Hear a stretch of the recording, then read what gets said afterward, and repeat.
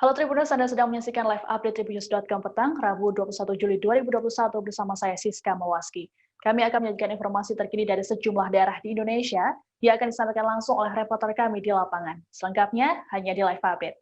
Kita awali informasi pertama, sebanyak 2 orang nelayan nekat terjun dari kapal tempat mereka bekerja hingga terkatung-katung di perairan Belitung Timur, Bangka Belitung. Disebutkan keduanya bertahan hidup di tengah laut selama 4 hari. Keduanya berhasil diselamatkan oleh nelayan setempat yang tengah mencari ikan di perairan tersebut. Lantas, bagaimana informasi terkininya? Sudah ada rekan kami dari Pos Belitung, Dede Suhendar yang akan melaporkannya. Halo, selamat sore Dede.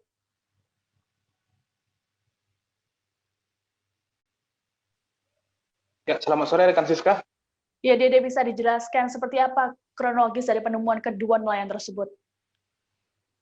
Ya, baik rekan Siska, dapat kami kabarkan pada hari Senin 19 Juli kemarin, nelayan asal Tanjung Pandan Kabupaten Belitung menemukan 2 orang nelayan yang tengah terkatung-katung di tengah laut di sekitar perairan Kabupaten Belitung Timur atau berjarak sekitar 50 mil dari daratan.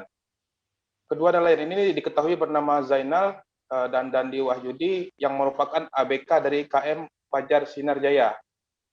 KM Fajar Sinar Jaya sendiri merupakan kapal jenis compreng yang hendak mencari ikan berlayar dari Jakarta hingga beberapa bulan ke depan. Oke, Dede. Lalu apa penyebab dari keduanya nekat terjun ke laut?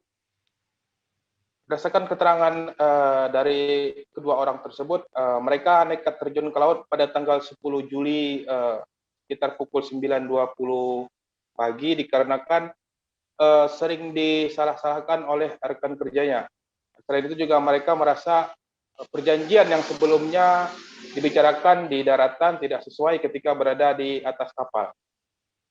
Baik, dari informasi yang disebutkan tadi, keduanya bertahan cukup lama di tengah laut. Lalu bagaimana cara mereka bisa bertahan hidup hingga ditemukan oleh nelayan? Ya, baik rekan Siska. Berdasarkan keterangan mereka, sebelum melompat dari atas kapal, mereka memang sempat membawa air mineral 1 botol dan sebungkus nasi. Cuman pada saat hari kedua, bekal mereka sudah habis, sehingga mereka hanya bertahan dengan meminum air hujan yang turun. Demikian rekan Siska. Oke, lantas selanjutnya bagaimana tindak lanjut dari keduanya pasca ditemukan? Ketika tiba di Tanjung Pandan Kabupaten Belitung, mereka langsung dibawa ke Satpol Air Polres Belitung untuk dimintai keterangan. Kemudian untuk tindak lanjutnya, Satpol Air akan berkoordinasi dengan Dinas Sosial untuk menentukan nasib kedua nelayan tersebut. Apakah akan dipulangkan ke daerah asal atau nanti mendengar keterangan dari pihak keluarga. Baik, terima kasih laporannya, jurnalis Pos Belitung Dede Suhendar. Kita beralih ke berita selanjutnya, masih dari Bangka Belitung. Upaya penyelundupan benih lobster atau benur digagalkan oleh polisi di perairan Mutok, Kabupaten Bangka Barat, Bangka Belitung pada Selasa 22 Juli dini hari. Puluhan ribu benur senilai 10 miliar tersebut disedianya akan diselundupkan menuju Singapura dengan menggunakan jalur pelayaran. Benur lobster itu disimpan ke dalam 13 box. Dalam peristiwa ini, polisi mengamankan 3 tersangka yang berasal dari Sumatera Selatan. Lalu, bagaimana informasi terkini? Sudah ada rekan kami dari Bangka Pos, Antoni, yang akan melaporkannya. Halo, selamat sore, Antoni. Selamat sore. Ya, Antoni bisa dijelaskan seperti apa kronologis dari penemuan ataupun pengungkapan kasus ini? Terima kasih rekan Siska. Jadi Selasa dini hari kemarin, tim Hiu Macan Subdit Gakum Direktorat Polairut Polda Kepulauan Bangka Belitung berhasil mengagalkan upaya penyelundupan bayi lobster yang diperkirakan harganya ditaksir mencapai 10 miliar rupiah. Bayi-bayi lobster ini diamankan dari 3 nelayan sungsang, yakni Rinto, Restat, dan Mahdia. Ketiganya ditangkap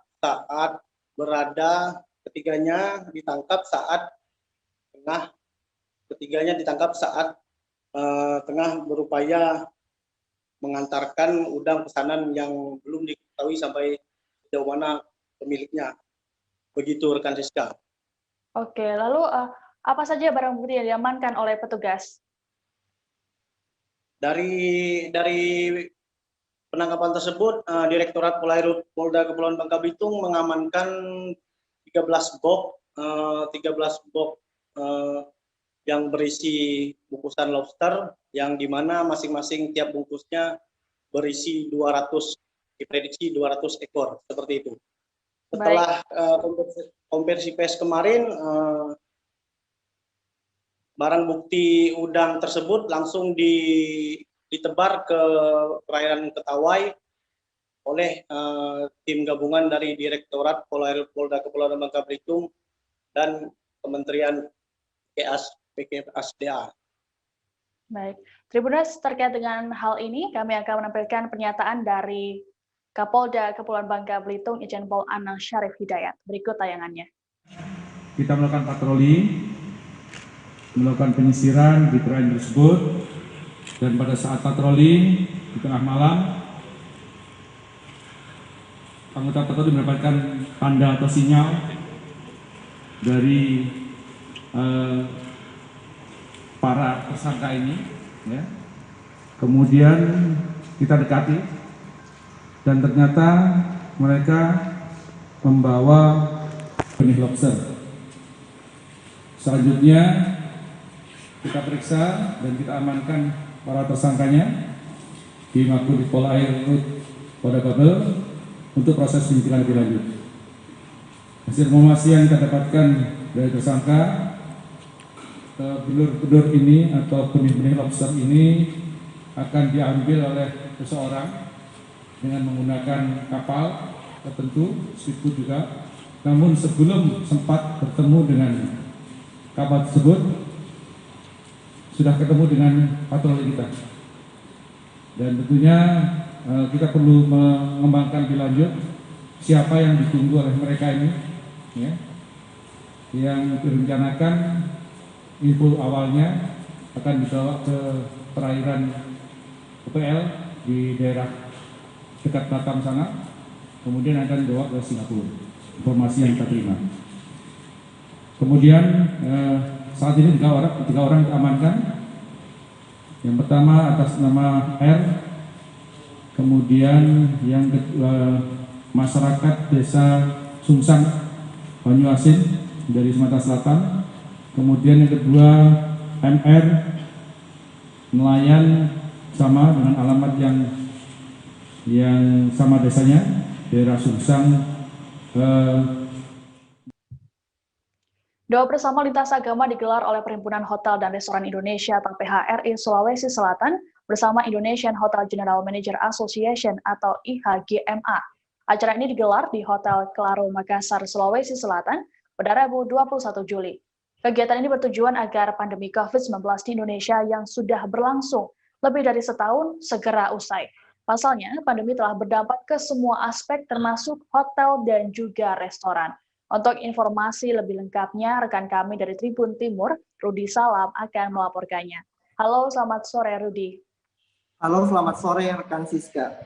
Ya Rudi, bisa dijelaskan seperti apa dampak COVID-19 yang dirasakan oleh pihak PHRI Sulawesi Selatan hingga kini? Ya, baik rekan Siska dan para tribuner. Jadi siang tadi bertepat di Hotel Claro Makassar telah diselenggarakan acara doa bersama lintas agama yang digelar oleh Perhimpunan Hotel dan Restoran Indonesia atau PHRI Sulawesi Selatan.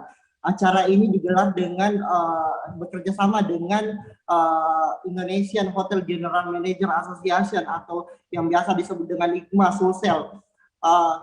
Kegiatan doa bersama lintas agama ini pada dasarnya didasari seiring dengan tingginya kasus COVID-19 yang masih sedang terjadi di Indonesia. Acara ini juga tersambung secara daring via Zoom yang diikuti oleh sejumlah General Manager se-Sulawesi Selatan dan Ketua PHRI se-Sulawesi Selatan. Acara ini digelar dengan tetap memperhatikan protokol kesehatan seperti menjaga jarak, memakai masker, dan memakai hand sanitizer sebelum memasuki ruangan. Terdapat 5 pemuka agama yang bergantian memimpin doa dalam acara yang digelar di Hotel Claro ini. Yang pertama ada Islam yang dipimpin oleh Ustaz Arifudin Lewa, kedua Kristen yang dipimpin oleh Priest Baker, Katolik dipimpin oleh Alex Palino, Hindu dipimpin oleh Pilandina Iwayan Nendra, dan Buddha dipimpin oleh Romo Bumi Horas. Ketua PHRI Sulawesi Selatan Anggiat Sinaga dalam kesempatan itu mengatakan bahwa pandemi COVID-19 yang terjadi kurang lebih setahun lebih ini berdampak ke segala aspek, termasuk salah satunya adalah perhotelan dan restoran. Adapun dampaknya salah satunya yang dikatakan Anggiat Sinaga tadi, yakni terdapat per data tadi pagi terdapat hotel di mana okupansinya hanya 8% saja di Sulawesi Selatan. Anggiat menyebut bahwa di mana pihaknya masih belum menerima laporan adanya hotel yang tutup di Sulawesi Selatan akibat pandemi COVID-19. Baik, rekan Siska. Oke, lalu Rudi bisa dijelaskan apa harapan dari PHRI Sulawesi Selatan di masa pandemi ditambah dengan adanya penerapan PPKM ini? Iya, baik rekan Siska. Tadi Anggiat Sinaga selaku Ketua PHRI Sulawesi Selatan sangat berharap agar pandemi COVID-19 ini segera berlalu. Dan selain itu titik poin terpenting yang disampaikan oleh Anggiat Sinaga sendiri yakni pembatasan pemberlakuan kegiatan masyarakat atau yang biasa disebut dengan PPKM itu dirasa Anggiat Sinaga tidak perlu diperpanjang lagi sebab itu berdampak besar pada hotel dan restoran di Sulawesi Selatan. Dia berharap bahwa PPKM yang akan sejatinya akan berakhir pada tanggal 25 Juli maksud kami tidak diperpanjang lagi. Baik rekan Siska.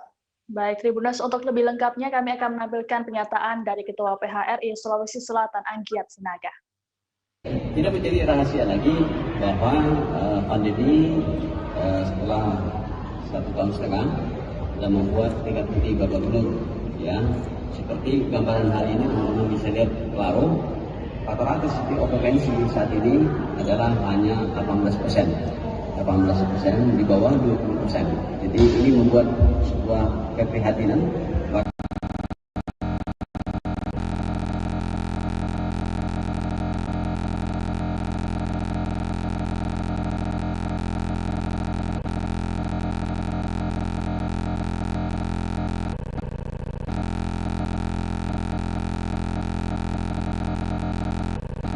Di Makassar atau Sulsel belum ada yang tutup, tetapi saya pikir ini hanya menunggu waktu saja, menunggu waktu untuk di kekuatan yang bisa mereka lakukan. Akan tetapi terkait proses karyawan dirumahkan, saya yakin telah berlangsung. Karyawan dirumahkan ataupun karyawan hanya bekerja 15 hari seminggu, artinya hanya dapat upah 50%. Jadi kalau ini COVID segera berlalu akan menjadi parah, dan juga semoga pemerintah juga dalam rangka pencabutan penghentian dilakukan. Mudah-mudahan tanggal 25 berakhir tidak dilanjut lagi di PPKM Turun, karena sangat berat sekali. Kegiatan ini dalam rangka apa, Pak? Kegiatan ini adalah sederhana saja dan tunggal, adalah bersama 5 pemuka agama dan komunitas PHRI dari HGMA, baik hybrid dan juga virtual, kita satukan hati berdoa memohon kuasa Tuhan agar diberi. Proses pencarian terhadap para nelayan yang tenggelam di perairan Kalimantan Barat akibat cuaca buruk memasuki hari ke-8 pada Rabu 21 Juli. Tim SAR gabungan telah melakukan evakuasi terhadap beberapa korban yang telah ditemukan. Pencarian tak hanya dilakukan melalui jalur laut, tapi juga lewat pantauan udara. Petugas memperluas lokasi pencarian hingga wilayah perairan Kepulauan Riau. Hal ini berdasarkan evaluasi kondisi alam, gelombang, arus, dan juga angin. Lalu bagaimana pantauan terkini di sana? Sudah ada rekan kami dari Tribun Pontianak, Ferry Yanto, yang akan melaporkannya. Halo, selamat sore Ferry. Siap, selamat sore Siska. Ya Ferry, bisa dijelaskan seperti apa kronologi dari peristiwa tenggelamnya belasan kapal tersebut? Nah, Siska, untuk kronologis pasti dari tenggelamnya belasan kapal ini terjadi itu pada kisaran antara tanggal 13 dan 14 Juli yang lalu, Siska. Berarti kurang lebih 1 minggu yang lalu. Nah, pada saat itu memang 2 hari tersebut cuaca di Kalimantan Barat itu cukup ekstrim. Untuk wilayah perkotaan Kota Pontianak sendiri diguyur hujan selama 2 hari tersebut, dan dari informasi BMKG Maritim itu juga di wilayah perairan Kalbar gelombang cukup tinggi sih, sehingga dan pada 14 Juli tim SAR di Kota Pontianak sendiri menerima laporan, awalnya itu hanya menerima 12 laporan kapal tenggelam.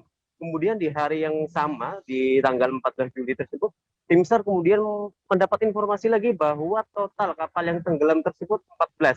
Dan sampai saat ini total kapal yang ternyata tenggelam di wilayah perairan kapal pada 2 hari tersebut antara 13 sampai dengan 14 Juli mencapai 18 kapal, di mana sebagian besar kapal tersebut merupakan kapal nelayan, walaupun memang ada juga yang kapal dari pihak perusahaan swasta, Siska. Oke, Ferry, bisa disebutkan di wilayah perairan mana saja kapal-kapal tersebut tenggelam ataupun hilang?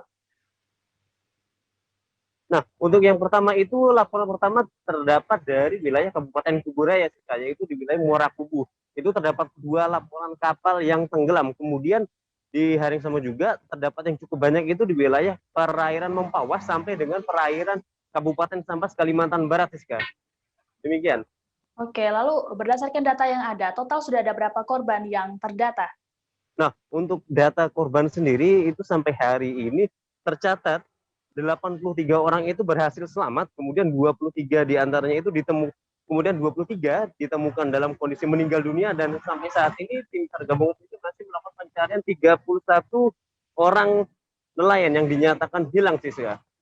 Ya, Ferry, lalu dari mana saja ini unsur-unsur yang terlibat dalam pencarian kapal nelayan ini? Nah, untuk unsur pencarian sendiri ini dari berbagai macam unsur yang ada di wilayah Kalimantan Barat, kayak dari kepolisian, kemudian Basarnas, TNI itu sendiri itu mengerahkan juga, ada dari TNI Angkatan Laut maupun TNI Angkatan Udara juga mengerahkan armadanya, armada menggunakan pesawat. Nah, untuk dari Angkatan Laut itu mengerahkan 2, selain menggunakan kapal perangnya untuk melakukan pencarian para korban di laut, TNI Angkatan Laut ini mengerahkan pesawat patrolinya juga untuk melakukan pencarian. Kemudian dari Polda Kalbar juga sudah mengerahkan helikopter untuk melakukan penyisiran di wilayah pesisir di Kalimantan Barat. Nah, selain itu juga dari informasi yang ada tadi pagi itu dari Kementerian KKP sendiri juga mengerahkan 1 unit pesawat untuk melakukan pencarian hingga ke Laut Natuna Provinsi Riau, Siska. Oke, lalu terkait dengan proses pencarian pada hari ke-8, bagaimana update-nya, Ferry?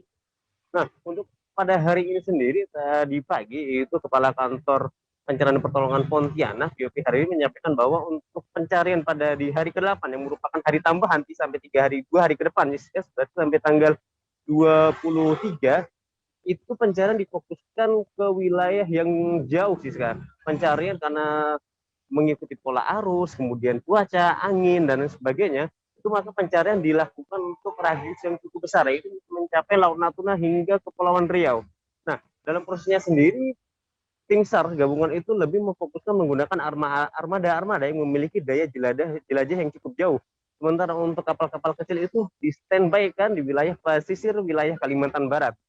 Nah, untuk polanya sendiri, teman-teman dari Angkatan Laut menggunakan pesawat, kemudian tadi juga ada dari KKP menggunakan pesawat dan Angkatan Udara melakukan patroli udara, kemudian bila menemukan objek yang disinyalir itu merupakan korban dari peristiwa tragedi ini, maka teman-teman dari Angkatan Laut yang menggunakan kapal bakal melakukan cek ke TKP jika menggunakan kapal-kapal tersebut yang memiliki daya jelajah yang jauh tersebut.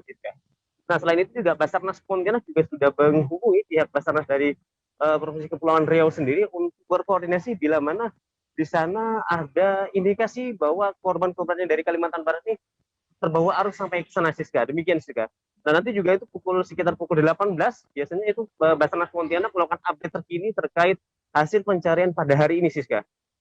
Baik, Tribuners, kami akan menampilkan cuplikan wawancara dengan Kepala Kantor Pencarian dan Pertolongan Pontianak, Yopi Haryadi, terkait dengan hal ini. Wabarakatuh. Selamat pagi dan salam sejahtera buat kita semua. Dan yang saya hormati seluruh unsur tim SAR gabungan yang melaksanakan operasi SAR terhadap kecelakaan kapal di wilayah Kalimantan Barat. Yang saya hormati juga rekan-rekan media. Dan pada pagi hari ini kita kembali mendapatkan korban sebanyak 2 orang dan memang belum bisa dipastikan berasal dari kapal mana. Nanti akan kita serahkan kepada tim DVI proses identifikasinya. Dan korban ditemukan kemarin, nanti akan jelasnya akan disampaikan oleh Kapten KN SAR Laksamana yang melaksanakan evakuasi tersebut. Dengan ditemukannya 2 korban tersebut, maka korban yang masih dalam pencarian itu 31 orang ya. Dan sebagai informasi pada hari ini juga akan dilaksanakan tetap dilaksanakan pencarian lewat udara, yaitu dengan menggunakan pesawat CN-235 patroli maritim TNI Angkatan Laut serta pesawat ATR dari Kementerian Kelautan dan Perikanan ya. Jadi kapal patroli dari Kementerian Kelautan Perikanan itu juga akan membantu yang diterbangkan langsung dari Jakarta dan langsung menuju ke daerah pencarian di sekitar perairan Natuna ya. Jadi pada hari ini ada 2 pesawat yang kita terbangkan untuk luas areanya hingga ke Kepulauan Riau, termasuk di baratnya itu sekitar Pulau Tambelan sampai di utaranya masuk ke Natuna. Beralih ke informasi selanjutnya, pemerintah Desa Tepian Batang, Kecamatan Tanah Grokot, Kabupaten Pasir, Kalimantan Timur mendirikan dapur umum untuk para warga yang menjalani isolasi mandiri atau isoman di rumah. Warga yang menjalani isoman mendapat jatah makan sebanyak 3 kali dalam sehari. Disebutkan sekali memasak, petugas dapur umum dapat menghabiskan puluhan kilogram beras dan juga lauk pauk. Keberadaan dapur umum ini pun cukup membantu warga setempat yang menjalani isoman. Untuk informasi lebih lengkapnya, sudah ada rekan kami dari Tribun Kaltim, Syaifullah Ibrahim, yang akan melaporkannya ke Anda. Halo, selamat sore, Syaiful. Ya, selamat sore, rekan Siska. Ya, Syaiful, bisa dijelaskan total ada berapa banyak warga yang menjalani isoman di desa tersebut? Ya, baik, rekan Siska. Untuk saat ini terdapat 92 warga yang menjalani isoman saat ini di Desa Padang Penerapat, Kecamatan Tanah Grokot, Kabupaten Pasir. Untuk rinciannya di RT 1 itu sebanyak 3 kepala keluarga, RT 10 2 kepala keluarga, dan untuk RT 2 sebanyak 89 orang. Baik, lalu terkait dengan pembangunan dapur umum, ini dimulai sejak kapan, Saiful? Ya, rekan Siska, untuk pembangunan dapur umum ini dimulai sejak 12 Juli 2021 lalu, atau tepatnya hari Senin. Setelah sebelumnya masyarakat di Desa Padang Penerapat ini telah menjalani swab antigen secara massal dan terdapat sejumlah penambahan kasus yang terkonfirmasi positif COVID-19. Untuk keberadaan dapur ini akan berakhir pada pada Jumat 23 Juli 2021 mendatang. Ya, Oke, lalu terkait dengan konsumsi makanan yang dikeluarkan setiap harinya itu ada berapa, Ferry? Nah, untuk konsumsi makanan setiap harinya itu untuk masyarakat menjalani isoman ini menghabiskan beras sebanyak 25 kg dalam 1 kali makan. Dan menghabiskan sedikitnya 10 kg ikan maupun daging dalam sekali makan. Dengan total keseluruhan konsumsi yang dikeluarkan tiap harinya untuk beras sebanyak 75 kg dan 450 potong ayam. Ya. Oke, lalu terkait dengan kebutuhan dari warga yang menjalani isoman, apakah ada yang belum terpenuhi? Ya, kalau untuk kebutuhan dari masyarakat yang menjalani isoman ini masih ada yang belum terpenuhi, seperti halnya yang sangat dibutuhkan saat ini oleh masyarakat di sana, yaitu konsumsi buah-buahan. Ya. Oke. Bagi di Darmawan yang ingin menyalurkan bantuannya bisa langsung mendatangi posko PPKM Mikro Gang Seratai RT 02 Tepian Batang, Kecamatan Tanah Grokot, Kabupaten Pasir, Kalimantan Timur. Ya, baik, Tribuners, kami akan menampilkan pernyataan dari Kepala Desa Tepian Batang, Kecamatan Tanah Grokot, Kabupaten Pasir, Jaludin, terkait dengan pendirian dapur umum ini. Sejak kapan sih Pak? Sejak tanggal 12 hari Senin kita sudah buka. Tapi awal buka dapur umum itu sebelumnya hari Sabtu. Hari Sabtu itu sudah kita lakukan swab massal. Hari Minggunya juga tidak kita lakukan karena libur petugas kami, khususnya Pusban. Nah, sehingga diambil langkah untuk hari Seninnya. Setelah kita melihat lonjakannya itu, kami memutuskan beserta kami selaku Kades rapat mendadak bersama Muspika, ada camat, ada Kamtib dan Babin dan Rem. Iya, hadir pada saat itu untuk memutuskan lockdown total. Dan alhamdulillah setelah serah terima hari Senin dibantu oleh pemerintah kabupaten lewat dinas sosial, termasuk sarana dan prasarana, kemudian berupa sembako yang diserahkan langsung oleh Bupati Pasir hari Senin itu. Kemudian untuk hari Selasanya langsung ditinjau beliau ke dapur umum ini. Nah, pada saat itu beliau memutuskan, rasanya mungkin diwawancarai juga oleh media, beliau mengatakan bahwa dapur umum ini dilaksanakan selama 14 hari. Dapur umum itu. Kalau untuk kebutuhan di sini Pak? Untuk kebutuhan yang dari Pemkab itu 9 bahan pokok sudah. Yang kami butuhkan sekarang ini adalah lauk pauk, termasuk juga penunjang yang lainnya. Alhamdulillah mengalir aja. Ya, adalah untuk kami beli ikan, kemudian beli ayam untuk setiap harinya. Berapa porsi yang dikeluarkan setiap harinya? Untuk porsinya, untuk yang kena isomannya kan sampai hari ini berkembang. Tribuners, usai jeda kami akan kembali tetap di live update. Oke, apa kabar Bang Arif di sini untuk strateginya? Kalau saya sendiri di Jumip 37 ini yang semalam baru mulai, saya udah pas.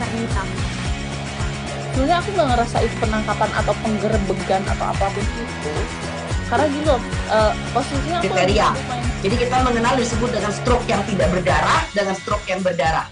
Stroke yang tidak berdarah itu biasanya ditandai dengan adanya penyumbatan. Kalau itu terjadi di sini mungkin pikirnya tidak ke situ kali ya, tapi kalau di Korea atau di Kamboja itu ada beberapa paper yang saya itu Mas, dulunya tukang koran.